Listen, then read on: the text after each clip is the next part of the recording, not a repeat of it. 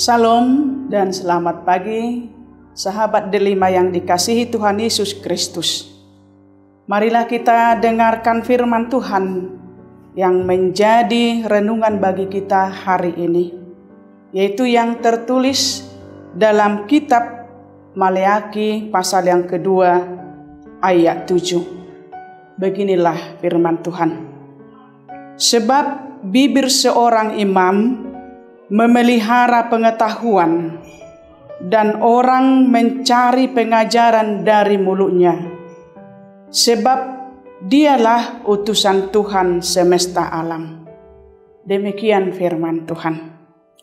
Sahabat delima yang dikasihi Tuhan Yesus Kristus, Maleakhi artinya adalah utusanku. Tuhan memberi nama ini untuk Maleakhi bukan tanpa maksud dan tujuan, tetapi dari awal ada rencana Tuhan yang indah, yaitu supaya ia menjadi hamba Tuhan yang menyampaikan kebenaran firman-Nya. Inti berita yang disampaikan oleh Nabi Maleakhi adalah kasih Allah kepada umat-Nya. Dan kitab Maleakhi ini menceritakan tentang umat Allah yang mengalami kegagalan dalam mewujudkan ketaatan kepada Allah. Namun Allah tetap mengasihi umat-Nya dan akan mengirim seorang utusan untuk menghadapi kejahatan, memulihkan umat-Nya dan mendatangkan keadilan. Pesan utama dari kitab Maleakhi ini adalah kasih Allah kepada umat-Nya, dan bahkan umat-Nya perlu bertobat dan kembali kepada Allah. Saudara-saudara yang dikasihi Tuhan Yesus Kristus, kitab Maleakhi pasal 2 ini menekankan pentingnya kesetiaan dan ketaatan terhadap Allah. Tuhan ingin bangsa-Nya menyadari bahwa mereka harus menghormati-Nya dan memuliakan-Nya dengan hidup yang benar. Dalam perikop ini Tuhan menyatakan murka-Nya terhadap para imam karena mereka tidak mendengarkan dan tidak memberi perhatian untuk menghormati Allah. Dan bahkan para imam yang seharusnya mengajarkan kebenaran kepada umat-Nya, justru mereka menyimpang dari kebenaran tersebut.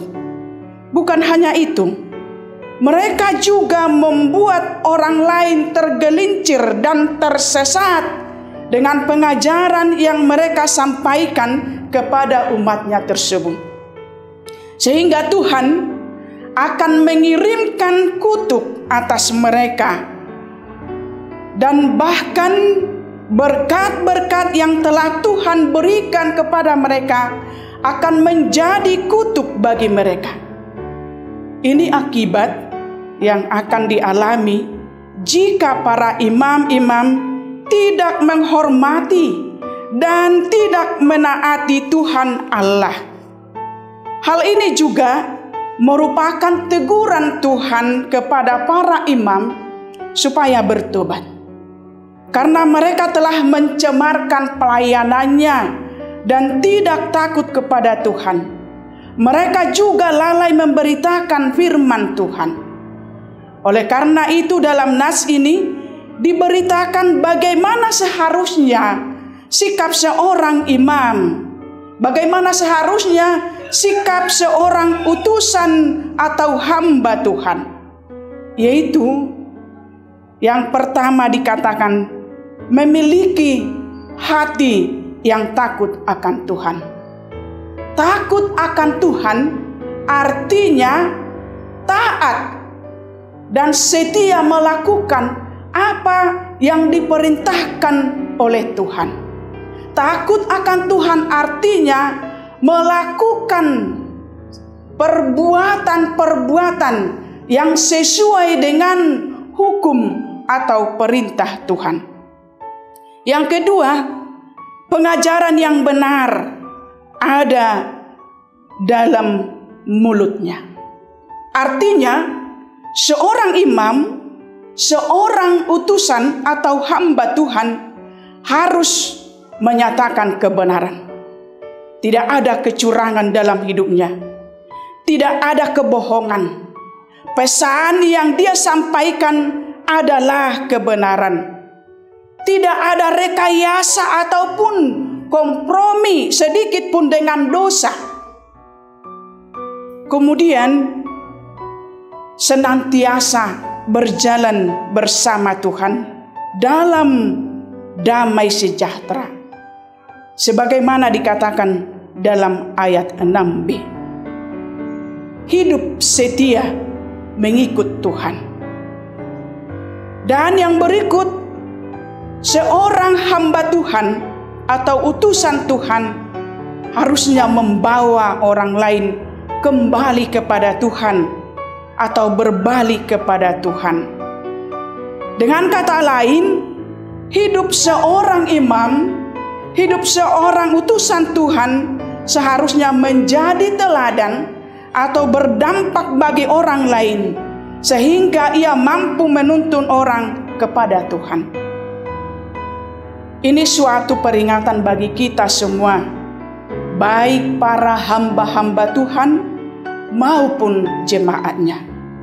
Tuhan memanggil kita untuk hidup dalam kebenaran, dan kita juga dipanggil oleh Tuhan untuk mengajarkan firman Tuhan kepada orang lain.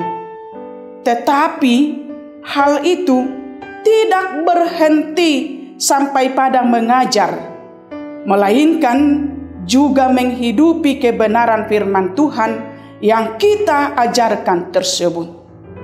Kiranya Roh Kudus memampukan kita untuk melaksanakan firman Tuhan yang kita telah dengarkan. Jadilah utusan, jadilah hamba Tuhan yang setia dan takut kepada Tuhan. Amin.